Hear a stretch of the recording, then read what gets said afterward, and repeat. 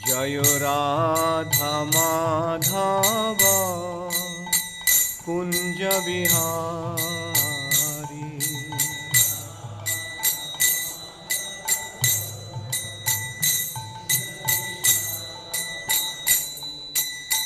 Gopijana Vallabha Girivardhari.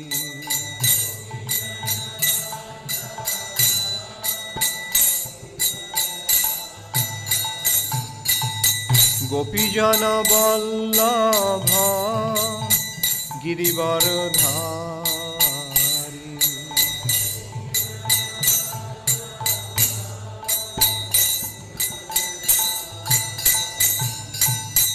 Yashodanandana Brajajana Ranjana.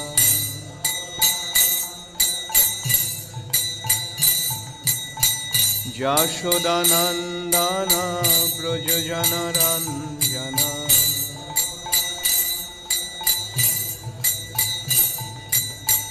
Jamuna Tira Vanachari.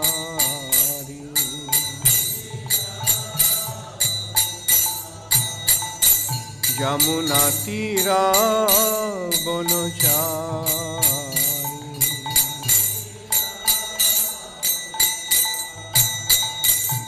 Jai Radha Madhava Kunja Vihari.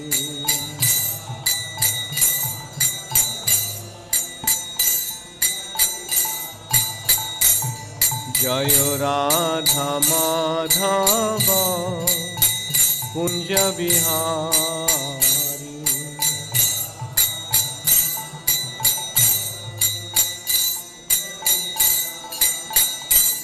Jai Radha Madhava Kunja Vihari.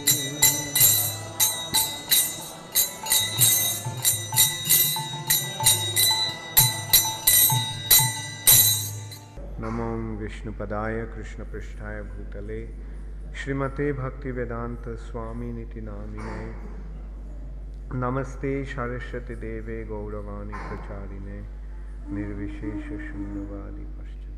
Today we are going to discuss about the fourth chapter of the first canto of Srimad.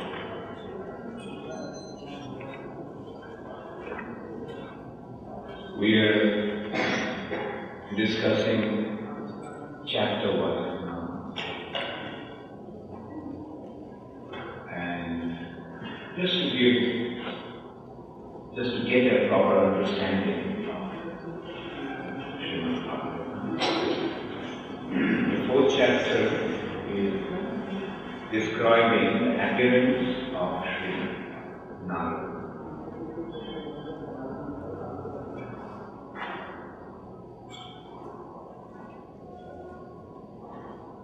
On hearing Sutta Goswami's Tika, Shaurya Muni, who was elderly, learned leader of all the rishis engaged in the prolonged sacrificial ceremony, congratulated Sutta Goswami by addressing him as follows.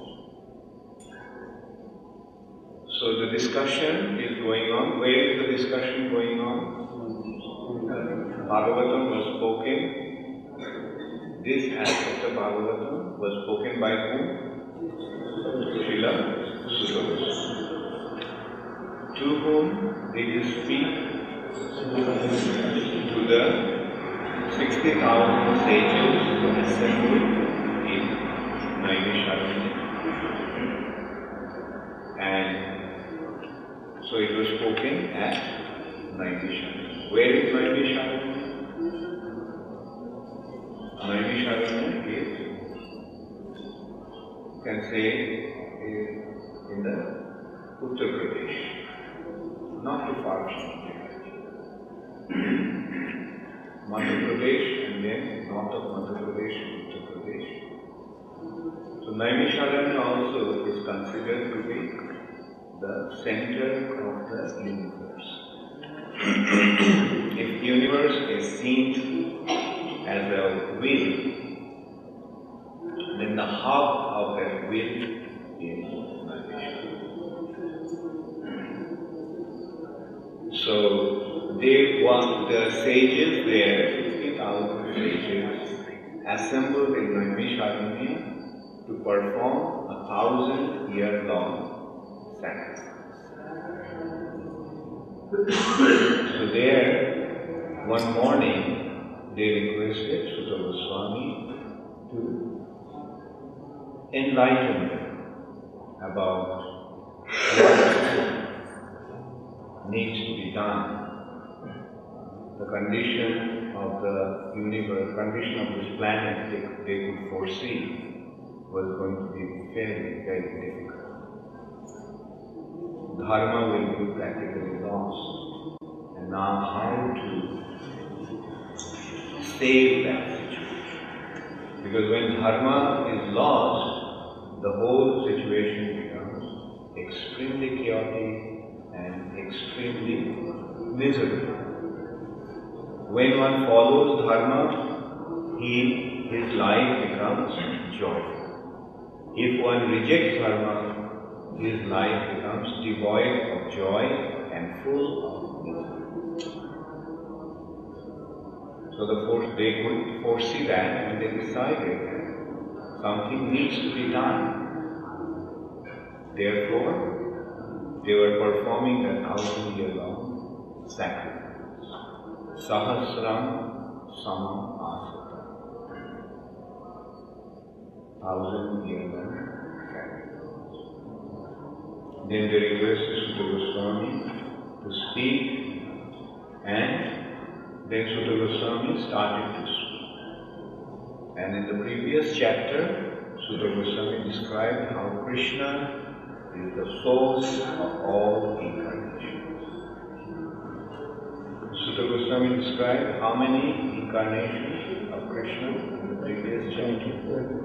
22 incarnations. And then what did he say? That there are innumerable incarnations of the Lord. Not only just 22 incarnations. Sometimes people think because there are Dashavata Stotram, there are only 10 incarnations. But here you can see Sutta Goswami is describing about 22 incarnations. And then he makes the point that these are just to give some idea of different incarnations. But actually there are innumerable incarnations. Like we can see even the Purushavata. Purushavata, there are three types, three incarnations, three different Karmadakshay Vishnu, Garbhadakshay Vishnu, and Kshirodakshay Vishnu. Now, how did Kshirodakshay Vishnu expand himself? He expanded himself in every single entity as well as in every single atom. Andantarastha Paraman Chayam. In every atom also the Lord has expanded himself. So he is everywhere. He is everywhere. He is even in every single atom. So that is how inconceivable his potency is. Ekam paso rachayita jagadananda koti kotisha shesha vashudhari. Although he is one, ekam paso rachayitum jagadanda, he has created innumerable universes. And then he entered in each universe and also in every single atom of the universe. This is Krishna's concept. He is there in the heart of every living entity. That is how he is. He is not only in the hearts of his devotees, although he says, Krishna says that I reside in the heart of my devotee.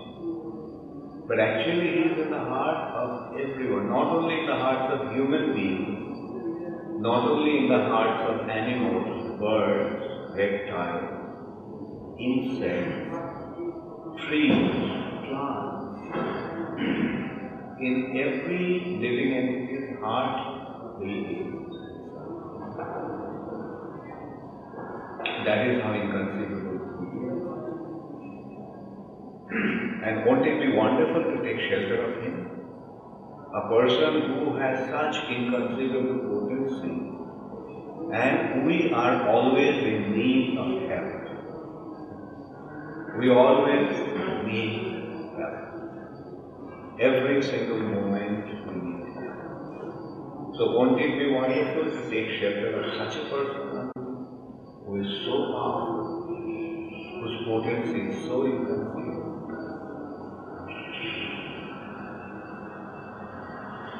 Therefore, the important thing and the intelligent thing to do is to take shelter of Krishna. And we can ask Him. If we need something, we can ask Him. Prabhupada is saying that if we have to ask something, then we better ask Krishna. Not to a demigod, or not to any powerful person.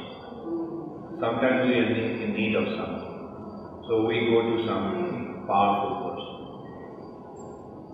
like a political leader, a big rich man, for help. But basically, we just depend upon Krishna and ask Him for help. Asking for some favor from a demigod and asking for some favor from some material person is the same. Maybe the demigod is a little more powerful. But probably there is no need to ask for something. Demigod worship is based on that. Dhanam dehi, yasho dehi, give me money, give me fame, give me long life, give me good health. So, always asking. People worship demigods with their demands. And Prabhupada is discouraging us from doing that. He's saying, no, don't ask. Don't ask. Ask from Krishna. There is no harm.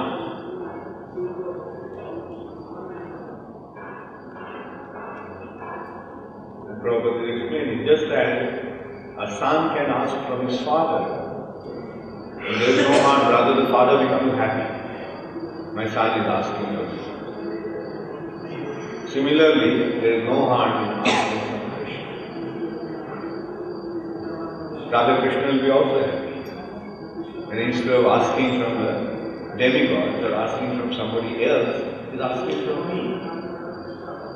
Then what will happen? Our faith in Krishna will increase. That is the important. We ask from Krishna and then Krishna gives. Then our faith is, oh Krishna. And in this way, the relationship develops.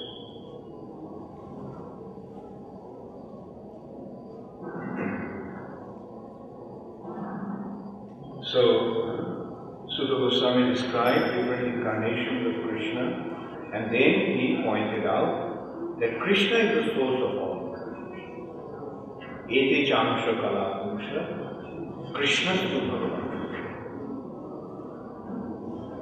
And not only Sutta Goswami is saying that in Srimad Bhagavatam, this point has been explained elaborately in various other scriptures also. For example, Brahma Samhita describing Ramadi Bhuteshu Kala Niyamena Krishna Nana Avadara Avarod Bhuvaneshu Kintu Krishna Swayam Samabhavat Param Govindam. All different incarnations like Ram, Nrsimha, Narasimha, they are the parts and parts of Kala Niyamena Krishna. Nāna avadaram aparod. In this way, Krishna expanded into various incarnations. Kintu Krishna Swayam Samabhavat Paramatma. But Krishna is the original Supreme Personality. And that point also has been very nicely established. How Krishna is the original Supreme Personality of God. What are the relationship between Krishna and different incarnations? Deeparchi Reva Hidasantarama Deepayati Vignita Hetu Samana Jastat Vigeva Cheti Cha Vishnu Tayaka Vibhati Govinda. Just as one lamp lights other lamps, and once the lamps are lit, they have the same potency. All the lamps give out the same amount of light. Yet, the first lamp is the lamp that lit the other lamps. That is the relationship between Krishna and different incarnations. All the incarnations of Krishna is Krishna himself. Have the same amount of potency, whether they display it or not. For example, as Lord Ramakrishna had 64 forms.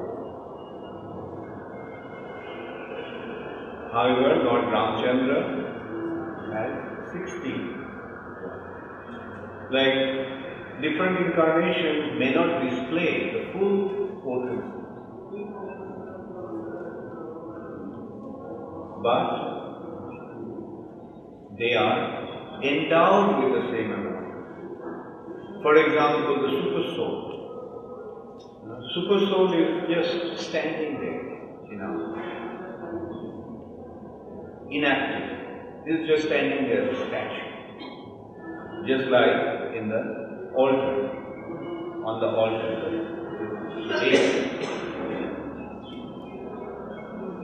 They are standing there. They are not displaying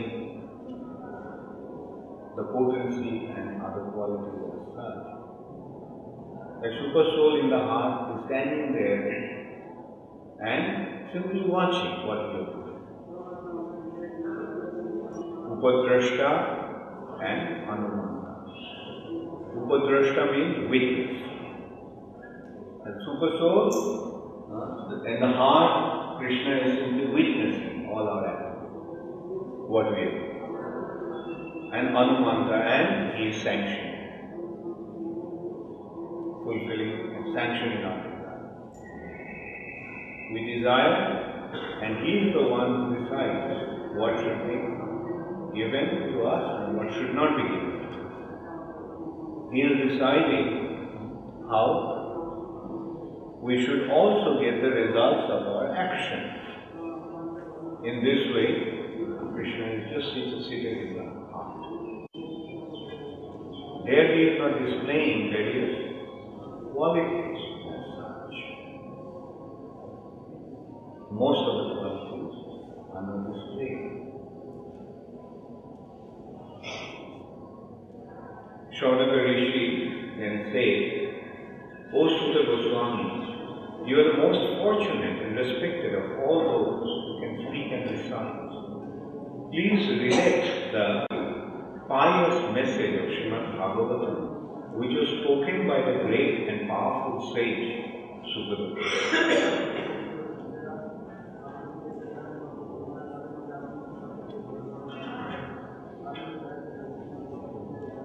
In what period and what place was this first began? And why was this taken up? From where did Krishna Dvaipara Das, the great sage, get the inspiration to compile this literature? Vasudev's son was a great devotee. Who is the son of Vasudev? Srila. An eco-balanced monist whose mind was always concentrated in monism. He was transcendental to mundane activities, but being unexposed, he appeared like an ignorant person.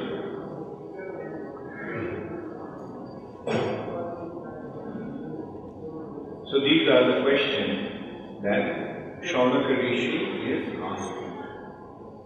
Shaunaka Rishi, as the head of the assembled sages in Naimisharanya, is asking the questions on behalf of the sages of Naimisharanya. While Sri Vasudev was following his son, beautiful young damsels who were bathing naked covered their bodies with cloth, although Sri Vasudev himself was not. But they had not done so when their son had passed. The sage inquired about this, and the young lady replied that his son was purified, and when looking at them made no distinction between male and female. But the sage made such distinction. Jai Shri Radha Madhumohan, Jai Shri Krishna Balaram, Jai Shri Govinda.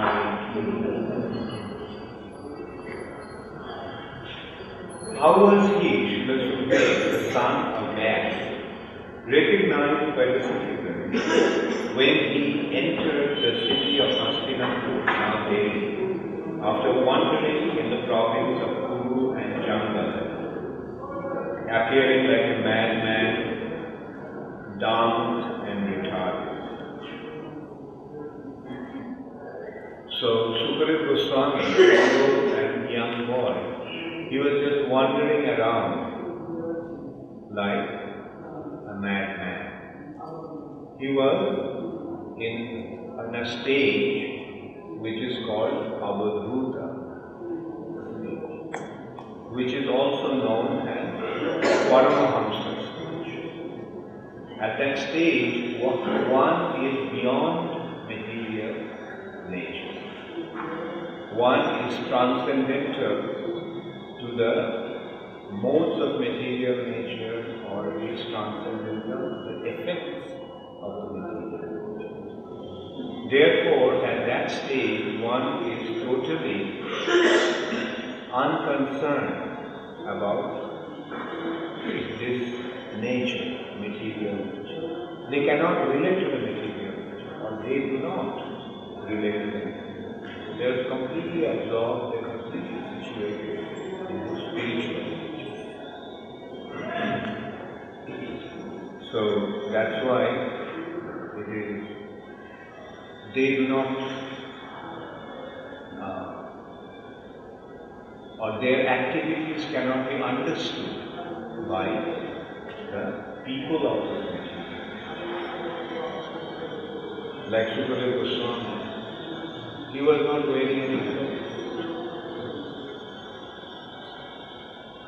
He did not have any awareness of his surroundings, like a madman. Now, a madman, because he completely is out of his mind, he lost, out of his mind means his mind doesn't function. His mind doesn't function. Therefore, he cannot, whatever he sees, his sense perceptions are not related to the mind. So he doesn't see, or he doesn't register what he sees.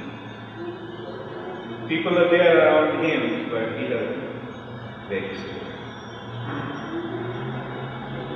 He doesn't hear them. People are abusing. People insult him. But he can't register that they are speaking badly about him or to him. Why? Because he can't relate to his nature. He lost his intelligence and faculties of mind. That's a madman. Whereas an avadhuta also acts like a madman, apparently. But is an avadhuta a madman? No. You see, madman cannot relate to this nature, their surrounding, or his surrounding, and an avadhuta also cannot relate to his surrounding, this nature. But actually they are two opposite poles. A madman he doesn't have the intelligence and ability to relate to this nature. Whereas an avadhuta or a paramahamsa is transcendental to the nature. So therefore, he doesn't relate to this. Or in simple words, we can say a madman cannot relate to the nature. Whereas a paramahamsa doesn't relate to it. He is beyond. He doesn't have relationship. So he is another. Now if we say the material nature is here, then a madman is below material. Whereas a paramahamsa is beyond material. One is below and the other is beyond. And two extremes sometimes appear to be alike, but they are opposite. For example, the sunrise and sunset. Doesn't it look alike? Don't they look alike? Sunrise and sunset look exactly alike, but they are opposite.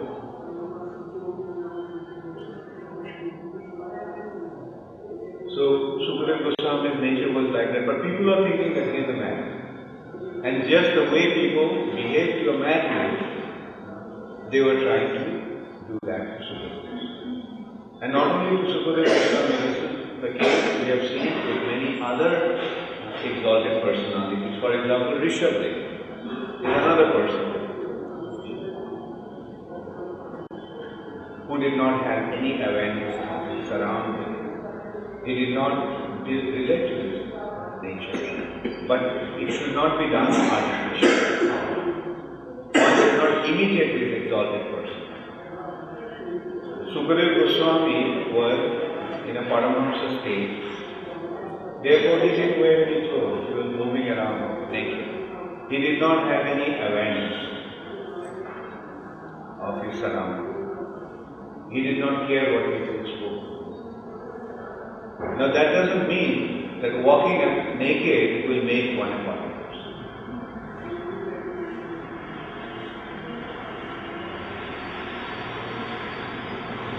That's what actually happened. Imitating Rishabdev, there was a king in the province of Konka and Beita. When Rishabdev was there, passing through that region, thousands of people are following him. And the king thought that, oh, I am a king and people don't worship me like that, treat me like that. This person is attracting so many people, but he is moving about me. So he thought that if I do that, then people also will consider me to be a great person. So this kind of imitation is one should not imitate. It should be done as a natural development. Therefore, devotional service is extremely practical. It is practical. It is. Just be yourself. You don't have to be somebody else. Just be yourself and become a be silent. Be yourself.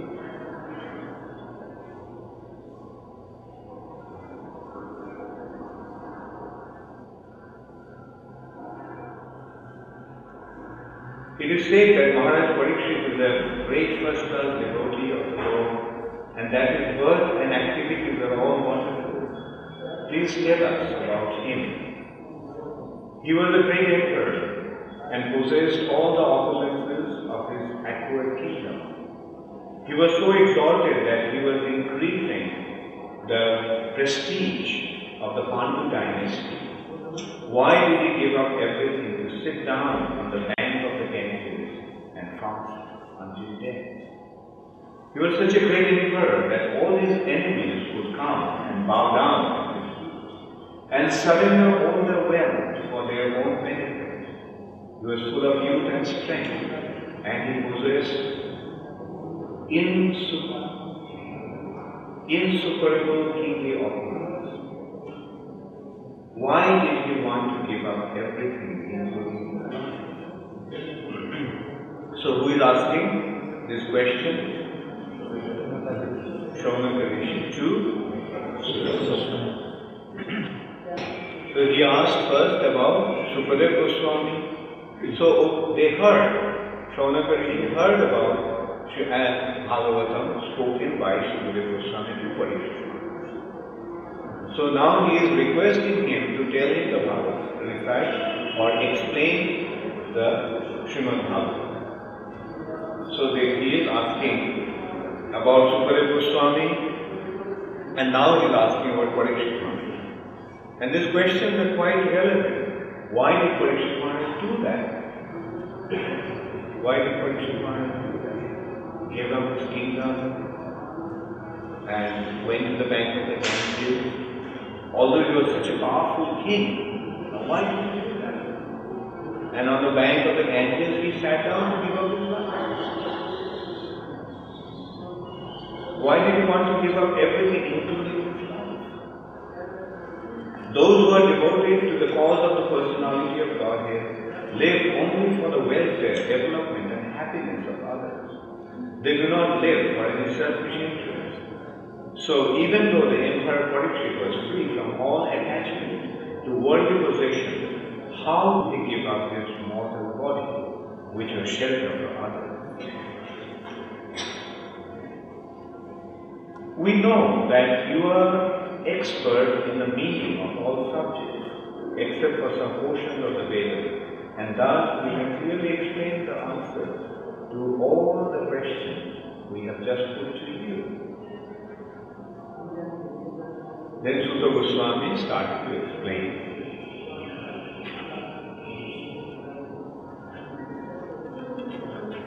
That Sutta Goswami said, when the second millennium overlapped the third, the great sage Vyasdev was born to Parashar in the womb of Satyavati, the daughter of Vashya. So this is an important point actually. There is a chronological order of 4 millennia. They are Satya Yuga, Dwapar Yuga, Treta Yuga and Kali. The normal chronological sequence is Satya, Dwapar, Treta and Kali. But sometimes there is overlapping. So during the regime of Vaibhashata Manu, there was an overlapping of the 28th round of the 4th millennium, and the 3rd millennium appeared prior to the 2nd. So, Vaibhashata Manvantara, there are 14 Manus in a day of the week. And the 7th Manu is Vaibhashata. In Vaibhashata Manu's time, the 28th Chaturyuga, in the 28th Chaturyuga, the overlapping between Treta Yuga and Dwapar Yuga is. Although Treta Yuga comes after Dwapar Yuga, but in that millennium, in that Chaturyuga, the Treta Yuga came before and Dwapar Yuga came after. From the name of the Yuga also it becomes clear. Dwapar means second and Treta means third. So Satya is the first, then second Yuga actually Dwapar. Then how come? It is Treta. Because there was an overlap. And when in the Vaivashaka Manvantara, the 28th Manvantara, in 28th Chaturyuga, Krishna, the Supreme Personality of God, in the Dwapar, when it overlaps. And Dwapar Yuga comes after Treta Yuga, it overlaps, and then Chaitanya Mahaprabhu in the following. Once upon a time, Vasudev, as the sun rose, took his morning ablution in the waters of the Saraswati and sat alone to concentrate. The great sage Vasudev saw anomalies in the duties of the millennium. This happened on the earth in different ages due to unseen forces in the course of time. So Vasudev one morning saw that there was some anomaly, there was some disorder, undesirable happening.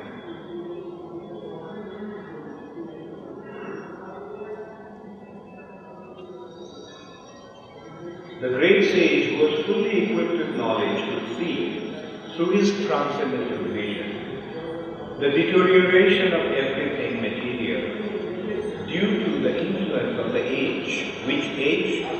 Kali.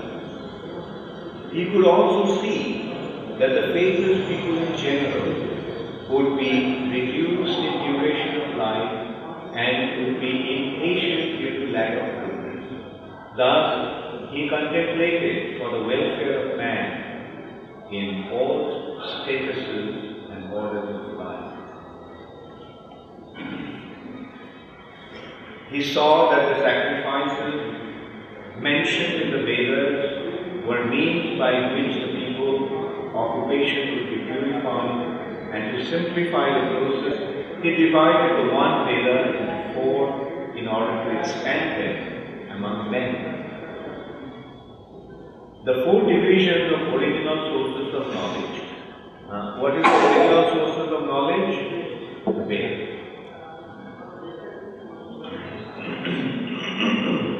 Was divided into 4 divisions, were made separately, but the historical facts and authentic stories mentioned in Purana are called the 5th Veda. After the Vedas were divided into 4 divisions, Koila Rishi became the professor of Rig Veda, Jaimini the professor of Sham Veda, and Vaishampayan alone became glorified by the Jagya.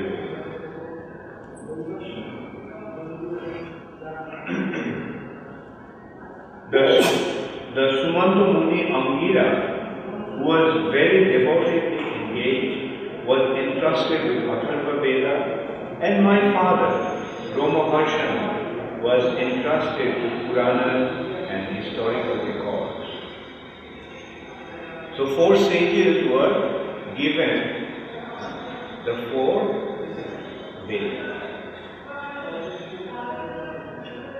And Romaharshan Shuddha was given the Purana, was entrusted with the knowledge of the Purana. All these learned scholars in their turn rendered their entrusted Vedas into their many disciples, grand disciples, and great grand disciples, and thus the respective branches of the followers of the Vedas came into being. Thus, the great sage Vasudev, who is very kind to the ignorant masses, edited the Vedas so they might be assimilated by less intellectual men. Out of compassion, the great sage thought, it is wise that this would enable men to achieve the ultimate goal of life. Thus he compiled a great historical narration called Mahabharata for women, laborers and friends of the twice born. O twice born Brahmanas, still his mind was not satisfied, although he engaged himself in working for the total welfare of all people. Thus the sage, being dissatisfied at heart, at once began to reflect, because he knew the essence of religion, and he said within, I have under strict disciplinary vows unpretentiously worshipped the Vedas, the spiritual master, and the altar of sacrifice. I have also abided by the rulings and have shown the import of disciplined succession through the explanation of Mahabharata. Jai Shri Krishna Bhagavan ki Jai Shri Radha Mohan ki Jai Shri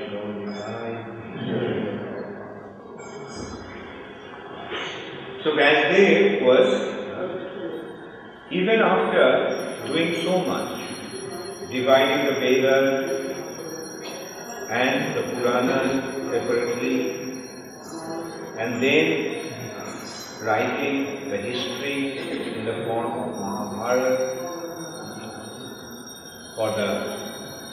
for the general mass, so to say.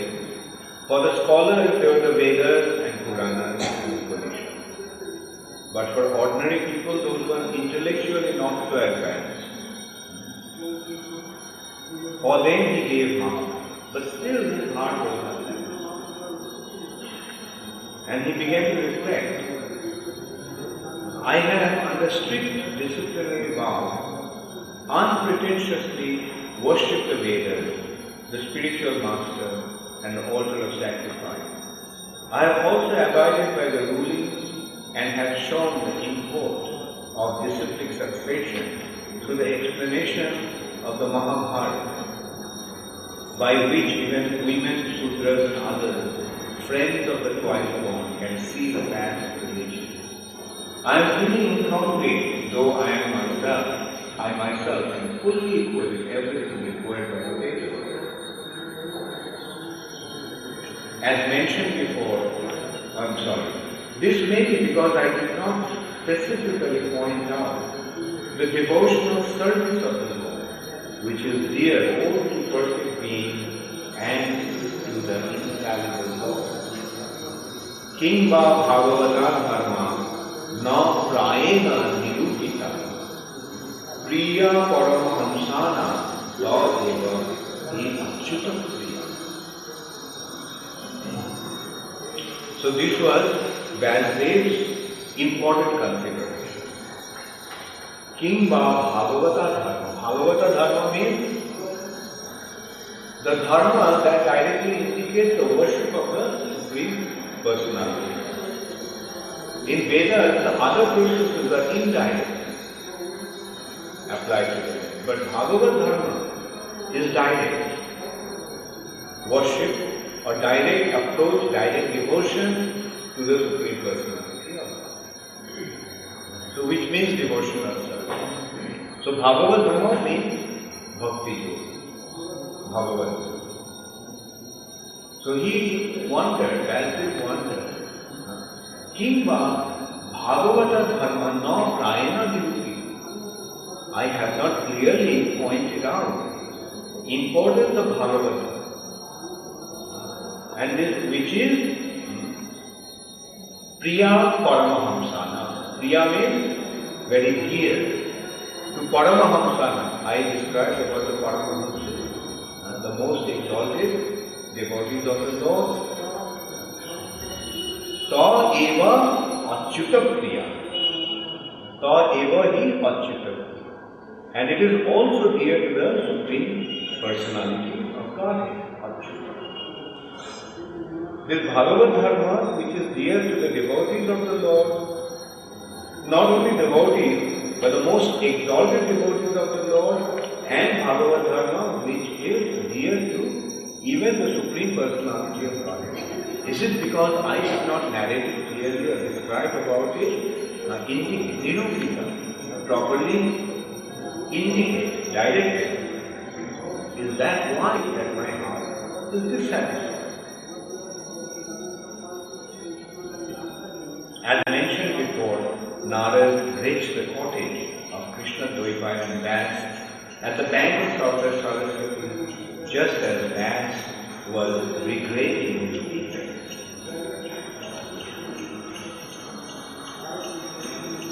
At the auspicious arrival of Sri Narada, Sri Vasudev got up respectfully and worshipped him, giving him veneration equal to that given to Brahmaji, the creator.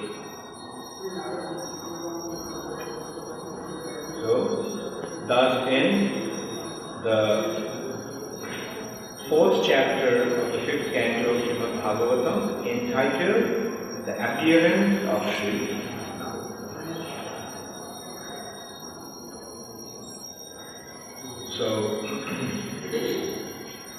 So this chapter in this way describes how Nāra360P came to that, the appearance of Sri Nāra360P. And the next chapter will describe the discussion between Vasudev and Nāra360P and how Nāra360P instructed Vasudev about glorifying the Supreme Personality.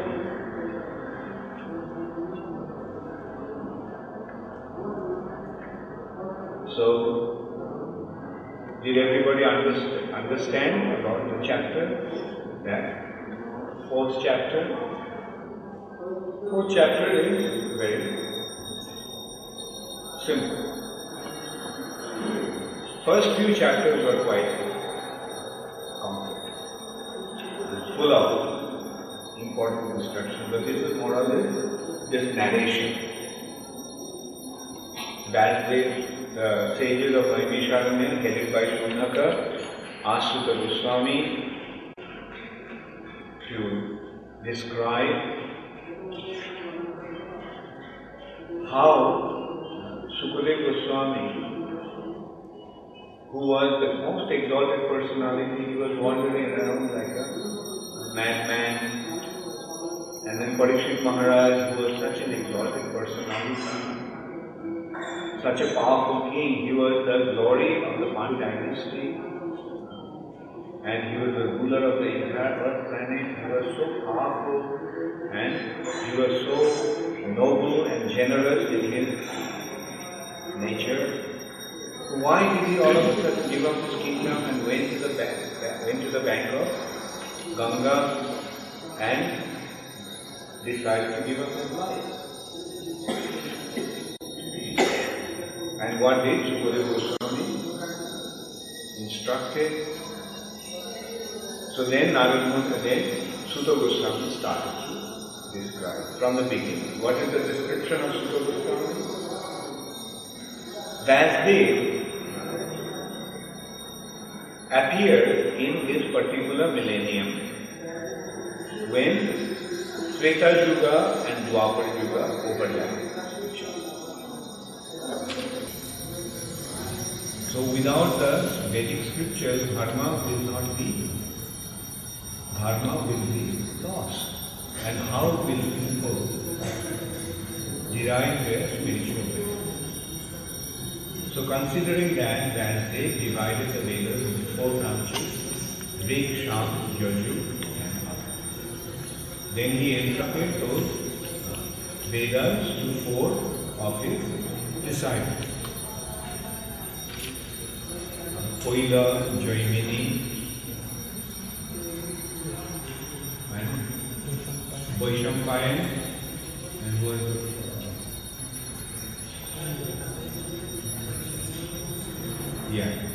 he gave Rigved to Koila, Shamved to Jaimini, Yajurved to Vaishampayan, and Angira, Atharva Ved to Angira, and the 5th Veda which describes the history and narration of the Puranas to Romaharsham. Brahmaharshan Sutta was the father of Ugrashrava, who is described. Brahmaharshan Sutta was killed by Balaram.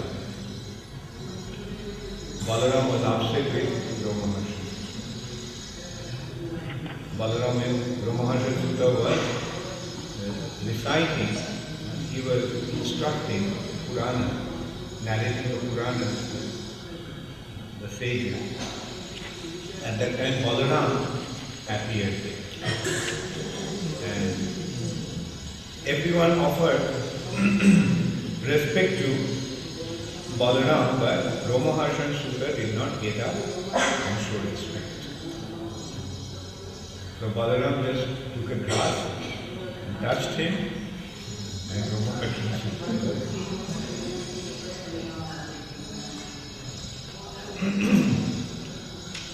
But his son, Ugrashrava, was a great man. So when Vyasdeva divided the Vedas in this way, but still his heart was not satisfied. He was feeling deep discontentment in his heart. Therefore, he was wondering, since he did not describe Srimad Bhagavatam or Bhagavad Dharma properly, clearly, is that why his heart is not satisfied? Bhagavad Dharma, that is very dear to the Paramahamsas and very dear to the Supreme Personality of God. And at that time when he was thinking that way, Nāra360P appeared. And Vyasdeva offered him great respect to Nāra360P and greeted him. So, does anybody have any question? Right? And what is really that totally surrendered? Totally surrendered to Krishna. Totally surrendered to Krishna means there is no other endeavor, no other desire. Anya Abhilashita Shuddha. Abhilasha means desire. Anya means different or no other. When there is no other desire but to serve Krishna and no other recourse, take shelter of other than Krishna. Akole Ishwar Abhushya Rokhive Krishna Vishwasva.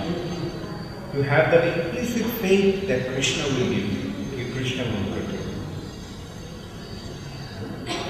And accepting Krishna as the Goptritte Bharam, accepting Krishna as my only Lord and Master. So that is 100%. Sometimes, say for example, say one has become sick, right? And he goes to a doctor, right? But another person who became sick, and he thinks, why should I go to that? I'll simply depend on him. Right? So, he simply depends on him. He doesn't take any other course. In this respect, I just thought of two persons. Srila Prabhupada didn't want the doctor to come and treat him. Prabhupada's thing was, what will this doctor do? He simply wanted to depend on him. And another person is Prabhupada's sister, Ishima. Once they were in a parikrama in Navadvip. And Prabhupada's sister's son got cholera. cholera is a very dangerous disease. I mean, now cholera is actually practically eradicated. But there was a time when there would be epidemic of cholera. Thousands of people would die just out of cholera. There was no treatment, no medicine. Cholera means death. And so Prabhupada's sister's son got cholera while they were having parikrama. And naturally everyone was very worried. But Prabhupada's sister, they gave him some, she just took some Charanamrita and gave the Charanamrita to her son. And her son became cured.